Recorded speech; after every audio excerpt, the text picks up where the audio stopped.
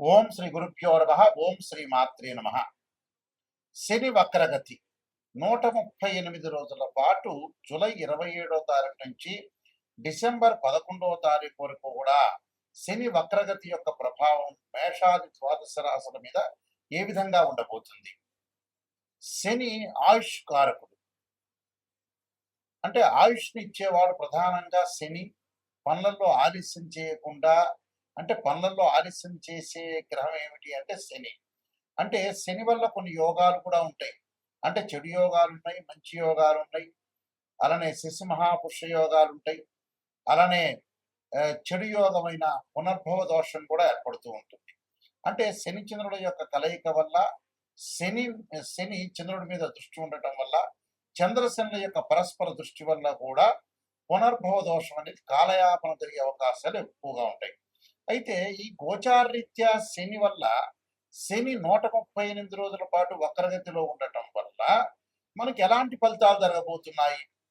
శని యొక్క కారకత్వాలను మనం చూసుకునేటట్టయితే, శని ప్రధానంగా కొన్ని భావాలకి, అంటే వ్యయభావానికి కూడా అధిపతి శని.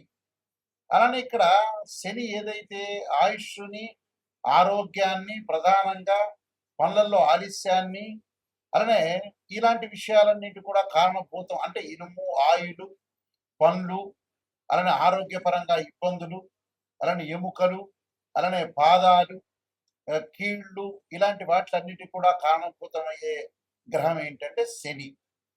అంటే ప్రమాదాలు, అనుమానాలు, అవమానాలకు కూడా కారణభూతమైంటే శని. మరి శని గ్రహం, ఇవన్నీ కూడా శని గ్రహం యొక్క ఫలితాలు ఏ విధంగా ఉండబోతున్నాయి? మరి ఇవన్నీ చెప్పేవి ఎలాంటి ఫలితాలు అంటే గోచారరీత్యా చెప్పబడే ఫలితాలు అంటారు.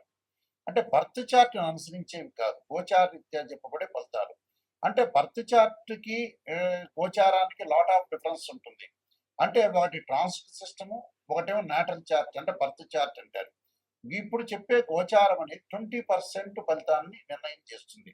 అందులో మన ఈ 138 రోజుల పాటు శని యొక్క ప్రభావం ఏంటి, వృత్తి, ఉద్యోగ, వ్యాపార రంగాల్లో ఏ విధంగా ఉండాలి, వివాహపరంగా ఏ విధంగా ఉండాలి, ప్రమాదాలు, ఇళ్ళు కొనుగోలు చేయటం, వస్తువులు కొనుగోలు చేయటం, అలానే ఆరోగ్యపరంగా ఎలాంటి ఇబ్బందులు కలగబోతున్నాయి, కోర్టు సమస్యలు ఏ విధంగా ఉండబోతున్నాయి, సంతానపరంగా సమస్యలు ఏ విధంగా ఉండబోతున్నాయి అని చెప్పగలిగేది శని యొక్క ప్రభావం కూడా అన్ని స్థానాల మీద. అంటే ఏ భావం, ఏ భావాధిపతి ఉంటుందో ఆ భావాధిపతి మీద కూడా శని యొక్క ప్రభావం, దృష్టి అనేది ఉంటుంటుంది సహజంగా. ఎందుకంటే మకర కుంభ రాశ్యాధిపతులకు శని అయ్యాడు. భావాధిపతి వేరు, ఇక్కడ రాశ్యాధిపతి వేరు, అక్కడ ఉండే గ్రహం వేరు. ఇక్కడ గోచారరీత్యా శని యొక్క ఫలితం ఏ విధంగా ఉండబోతుంది, వక్రగతిలో ఉండటం వల్ల ఎలాంటి ఫలితాలు ఉన్నాయో ద్వాదశ రాశులకు మనం తెలుసుకుందాం. మేషరాశి వారికి ఈ శని వక్రగతిలో ఉండటం వల్ల ఎలాంటి ఫలితాలు జరగబోతున్నాయి? మేషరాశి వారికి ఇక్కడ లాభాధిపతి, దశమ రాశ్యాధిపతి, అంటే లాభ రాశ్యాధిపతి, దశమ రాశ్యాధిపతి శని వ్యయస్థానంలో ఉండి, మీనరాశిలో ఉండి వక్రగతిలో పొందటం వల్ల అనేక లాభాలు కలిగే అవకాశాలు ఎక్కువ ఉంటాయి. అంటే గతం కంటే కూడా ఇప్పుడు ఆరోగ్యం అనేది బాగా మెరుగుపడే అవకాశాలు ఎక్కువ ఉంటాయి. దీర్ఘకాలిక వ్యాధులు ఉన్నవాడు ఆర్థిక పరంగా పరిపుష్టికరంగా లాభాల బాటలో ఉండే అవకాశాలు ఉంటాయి. వృత్తి, ఉద్యోగాల్లో కూడా ప్రమోషన్ లభించే అవకాశాలు, స్థానచలనం జరిగే అవకాశం ఒకటి ఉంటుంది. అంటే అధికంగా లాభాలు కలగటం, ఫైనాన్షియల్ పరంగా ఉండే డెవలప్మెంట్స్ అనేవి బాగా ఎక్కువ ఉంటాయి. కానీ ఫైనాన్షియల్ పరంగా డెవలప్మెంట్స్ ఉంటూ ఖర్చులు కూడా బాగా పెరిగే అవకాశాలు ఎక్కువ ఉంటాయి. అంటే ఖర్చులు ఎలాంటి ఖర్చులు? మంచి విషయాలకు ఖర్చులు చేసే అవకాశాలు ఎక్కువ ఉంటాయి. అంటే ఇళ్ళు కొనుగోలు చేయటం, బంగారు ఆభరణాలు కొనుగోలు చేయటం, దుస్తులు కొనుగోలు చేసే అవకాశాలు బాగా ఎక్కువగా ఉంటాయి. కాబట్టి ఇక్కడ కుటుంబంలో ఆరోగ్యము, అలానే ఆనందం కలిగే అవకాశాలు ఉంటాయి. వృత్తి, ఉద్యోగాల యందు ధనలాభం కలగటము, అలానే ఇంటి యందు వివాహ శుభ కార్యక్రమాలు లాభించే అవకాశాలు ఎక్కువ ఉంటాయి. అంటే ఇంటిలో శుభ కార్యక్రమాలు, ప్రేమించిన యువతీ యువకులు కూడా వాళ్ళు పెద్దలను ఒప్పించి వివాహం చేసుకునే అవకాశాలు ఉండటం ఒకటి. అలానే భార్య బిడ్డలతోటి సుఖము, సౌఖ్యము, అలానే ప్రభుత్వ పెద్దల ద్వారా రుణ సహాయాలు, అలానే బ్యాంకు లోన్లు వచ్చే అవకాశాలు బాగా ఎక్కువగా ఉండటం, అలానే గృహములు, వాహనాలు కొనుగోలు చేసే అవకాశాలు, పుణ్య కార్యక్రమాలు చేస్తూ ఉన్నతమైన అభిప్రాయాలతో ఉండే అవకాశాలు ఎక్కువగా ఉంటాయి. హుందాగా తిరిగే అవకాశాలు బాగా ఎక్కువ ఉంటాయి. అంటే అన్నిటా వాడు విజయం సాధించే అవకాశాలు బాగా ఎక్కువ ఉంటాయి.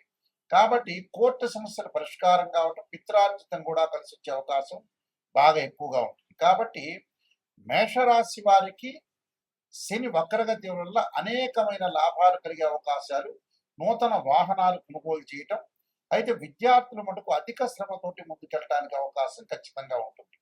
అంటే అధిక శ్రమ చేస్తేనే వాళ్ళకి మంచి మార్కులు వచ్చే అవకాశాలు బాగా ఎక్కువగా ఉంటాయి. కాబట్టి శని యొక్క ప్రభావం వల్ల ఎక్కువ పర్సెంట్, దాదాపు 90% వీళ్ళకి లాభం వచ్చే అవకాశాలు ఎక్కువగా ఉంటాయి చెప్పుకోవచ్చు.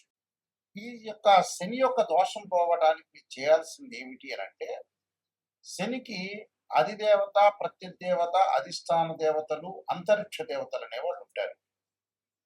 ఈ అంతరిక్ష దేవతలో శనికి ప్రధానంగా దక్షిణకాళి స్తోత్రాన్ని ఒక దేవాలయంలో, అంటే శివాలయంలో కానీ ఆంజనేయ స్వామి దేవాలయంలో కూర్చొని దక్షిణాకాళి యొక్క స్తోత్రాన్ని పాలన చేయడం చాలా మంచిది.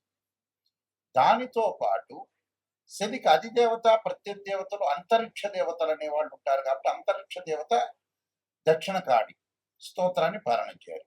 అలానే శనివారం రోజున కానీ ఆదివారం రోజు కానీ కాలభైరవాష్టకాన్ని చదువుకోవడం చాలా మంచిది. ఈ కాలభైరవాష్టకాన్ని చదువుకోవటం వల్ల మనకు మంచి జరిగే అవకాశాలు ఖచ్చితంగా ఉంటాయి. అలానే శనివారం రోజున ఈ 138 రోజుల శనివారం, ఒక శనివారం రోజున నల్ల నువ్వులు బెల్లాన్ని కలిపి ఉండల్లాగా తయారు చేసి ఒక దేవాలయంలో ప్రధాన అర్చకులకు ఇస్తే, ప్రధాన అర్చకులు అందరికీ కూడా వితరణ చేసే అవకాశాలు ఖచ్చితంగా ఉంటాయి. దాంతో పాటు శనీశ్వర హోమము, అలానే 19,000 సార్లు శని జపాన్ని చేసుకోవటం కూడా చాలా మంచిది. అలానే ఆరోగ్యపరంగా ఇబ్బందులు కలుగుతున్న వ్యక్తులకి నువ్వుల నూనెతో శివుడికి అభిషేకం చేయటం ఒకటి. శరీర జర్జరీభూతే వ్యాధిగ్రస్తే కళేబరి ఔషధం జాహ్నవీతోయం వైద్యో నారాయణ హరి మంత్రాన్ని చక్కగా చదువుకోవాలి. నీలాంజన సమాభాసం రవిపుత్రమాకృతం ఛాయా మార్తాండ సంభూతం తం నమామి శనీశ్వరం అనే మంత్రాన్ని చక్కగా చదువుకోవటం. అలానే నల్ల నువ్వులు, అలానే నల్లని వస్త్రము, నల్లని గొడుగు, నల్లని చెప్పులు, నల్లని మేకు దానం చేయటం వల్ల కూడా శని యొక్క దోషం పోయే అవకాశాలు ఖచ్చితంగా ఉంటాయి. కాబట్టి తప్పకుండా ఈ శని యొక్క పరిహారాలు చేసుకుని ముందుకు వెళ్ళాలి. దాంతో పాటు ఇవన్నీ కూడా గోచారరీత్యా చెప్పబడే ఫలితాలు అంటారు. గోచారం ఎప్పుడూ కూడా ఈ 138 రోజుల పాటు వృత్తిపరంగా ఎలా ఉంటుంది, ఉద్యోగపరంగా ఎలా ఉంటుంది, వ్యాపార పరంగా ఎలా ఉంటుంది, ఎలాంటి నిర్ణయాలు తీసుకోవాలి, ఎలాంటి నిర్ణయాలు తీసుకుంటే మనకు మంచి జరుగుతుంటుంది, ఎలాంటి చెడు ఫలితాలను మనం ఎలా ఓవర్కమ్ చేస్తాం అనేది తెలుసుకోవాలి. అలానే విద్యార్థులకు ఎలా ఉండబోతుంది, మరి విద్యార్థులు ఎలాంటి నిర్ణయాలు తీసుకోవాలి, స్త్రీలు ఎలాంటి నిర్ణయాలు తీసుకోవాలి, కోర్టు సమస్యలు ఏంటి, భూములు, రైతులు పొలాలు కొనుగోలు చేయటం, అలానే కోర్టు సమస్యలు రాకుండా, పోలీస్ స్టేషన్ సమస్యలు రాకుండా ఎలాంటి తగు జాగ్రత్తలు తీసుకోవాలి. గోచారం అంటే ఏంటంటే ఎలాంటి నిర్ణయం తీసుకోవాలి, ఎలాంటి జాగ్రత్తలు తీసుకోవాలి, ఎలాంటి జాగ్రత్తలను మనం ఓవర్కమ్ చేయాలి, ప్రొఫెషన్ పరంగా ఏ విధంగా ఉండబోతుంది, బిజినెస్ లో ఎవరిని నమ్మాలి, నమ్మకూడదు అనే జాగ్రత్తలు ఈ 138 రోజుల పాటు సూచనలు చేసేదే గోచారం అంటారు. గోచారానికి బర్త్ చార్ట్ కి lot of difference. Birth chart అంటే ఏంటంటే 80% name, date of birth, time, place of birth తీసుకుని మ్యాథమెటికల్ క్యాల్కులేషన్ వేసి 16 లగ్న కుండల్ని మనం చూసుకున్న తర్వాత దాన్ని ఆ 16 లగ్న కుండలని దశలు, అంతర్దశలు, సూక్ష్మ దశలు, ప్రాణ దశల్ని మనం అనాలిసిస్ చేసి, అలానే వివాహ పరంగా ఏ విధంగా ఉండబోతుంది, ఎప్పుడు వివాహం జరగబోతుంది, ఉద్యోగ పరంగా ఎలా ఉండబోతుంది, ఫైనాన్షియల్ పరంగా ఎకనామిక్ గ్రోత్ ఎలా ఉండబోతుంది, లైఫ్ ని ఎలా ఎన్హాన్స్ చేసుకోవాలి, వివాహం ఎప్పుడు అవుతుంది, వైఫ్ అండ్ హస్బెండ్ రిలేషన్ లో ఏ విధంగా ఉండబోతుంది, మన జీవితంలో ఎలాంటి నిర్ణయాలు తీసుకోవాలి, ఎప్పుడు బాగుంటుంది, ఏ దశలు కలిసి వస్తాయి, ఏ దశలు కలిసి రాదు, సంతాన సమస్యలు ఏంటి, సంతానం గురించి ఏంటి, అంటే ఓవరాల్ గా ప్రతి విషయం కూడా బర్త్ చార్ట్ ద్వారా లైఫ్ లాంగ్ యొక్క ప్రొటెక్షన్ అనేది వస్తుంది. దీనికి ఏమిటి, ద్వాదశ భావాధిపతులు వేరు, రాస్యాధిపతులు వేరు. ఎక్కడైతే ఆ గడిలో ఆ రాశ్యకరణంలో మేషాది రాశుల్లో ఎక్కడెక్కడ ఏ గ్రహం ఉంది అంటే, భావాధిపతులు అంటే ఏంటంటే ఓనర్, ఇంటి ఓనర్. రాస్యాధిపతి అంటే బిల్డర్, ఆ ఇల్లు కట్టించిన వాడు. అలానే ఇక్కడ ఆ గ్రహం ఏ స్థానాల్లో ఉందో ఆ స్థానాన్ని టెనెంట్ అంటారు, అంటే అద్దెకున్న వాళ్ళు అని అర్థం. అలాగా దాని యొక్క దృష్టి ఏంటి అంటే, భావాధిపతులు అంటే ఏంటంటే ఎవరైతే జన్మలగ్నంలో జన్మిస్తారో ఆ లగ్నానికి అధిపతి ఎవరంటే తనుభావం అంటారు. తనుభావానికి రవి అధిపతి, ద్వితీయ భావానికి గురువు, తృతీయ భావానికి బుధుడు, చతుర్థ భావానికి ఇక్కడ చంద్రుడు బుధుడు అని, పంచమ భావానికి కుజుడని, అంటే పంచమ భావానికి గురువు అని, అలానే షష్టమ భావానికి కుజుడని, అంటే షష్టమ భావానికి కుజుడు శని, పంచమ భావానికి వచ్చేటప్పుడు గురువు, చతుర్థ భావానికి చంద్రుడు బుధుడు, ఇవి భావాధిపతులు. అలానే వ్యయాధిపతి శని. అంటే మనం ప్రతిదీ కూడా భావాధిపతులే కాకుండా రాస్యాధిపతులు, ఆయా గ్రహాలు ఏ రాసుల్లో ఉన్నాయో కూడా మనం చూసుకొని ముందుకు వెళ్ళాలి. ఒక వివాహం కాలేదు అని అంటే ఒక మనిషికి రాశిచక్రము, నవాంశము, భావచక్రము, దశలు, అంతర్దశలు, వృత్తిపరంగా ఫైనాన్షియల్ పరంగా డెవలప్మెంట్ లేదు అంటే రాశిచక్రము, దశమాంశము, భావచక్రము, దశలు, అంతర్దశలు చూడాలి. అంటే ఏ లగ్నానికి ఏ దశలు అంతర్దశలు కలిసి వస్తాయి అనేది కూడా చూడాలి. ఇలాగా చాలా మంది కూడా ఏం చేస్తారంటే ఒక ఆస్ట్రాలజర్ని అప్రోచ్ అయినప్పుడు ఏదో చెప్పండి గురువు గారు, నా పాజిటివ్ చెప్పండి అనే వాళ్ళు చాలా మంది ఉంటారు. నిజంగా పాజిటివ్ అనేది కాదు, ఫస్ట్ నెగిటివ్ తెలుసుకున్న తర్వాత పాజిటివ్. నిజం అనేది నిప్పు లాంటిది, అసత్య దూరం అంటే సత్య దూరం అని అర్థం. అంటే సత్య దూరంగా మనం ఏదైతే నిజం తెలుసుకున్నామో దాన్ని మనం ఎలాగా అంటే ఎప్పుడైతే నిజం మనం తెలుసుకుంటామో, నిజాన్ని మనం తెలుసుకొని నెగిటివ్ని ఎప్పుడైతే తెలుసుకుంటామో ఆ నెగిటివ్ని మనం పాజిటివ్ చేసుకోవడానికి ఓవర్కమ్ చేస్తే మనం కంప్లీట్ మ్యాన్ అయినట్టే.